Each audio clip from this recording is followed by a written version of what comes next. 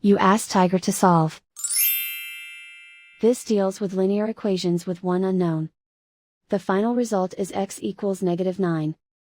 Let's solve it step by step. Simplify the expression. Simplify the arithmetic. Group all constants on the right side of the equation. Subtract 13 from both sides. Simplify the arithmetic.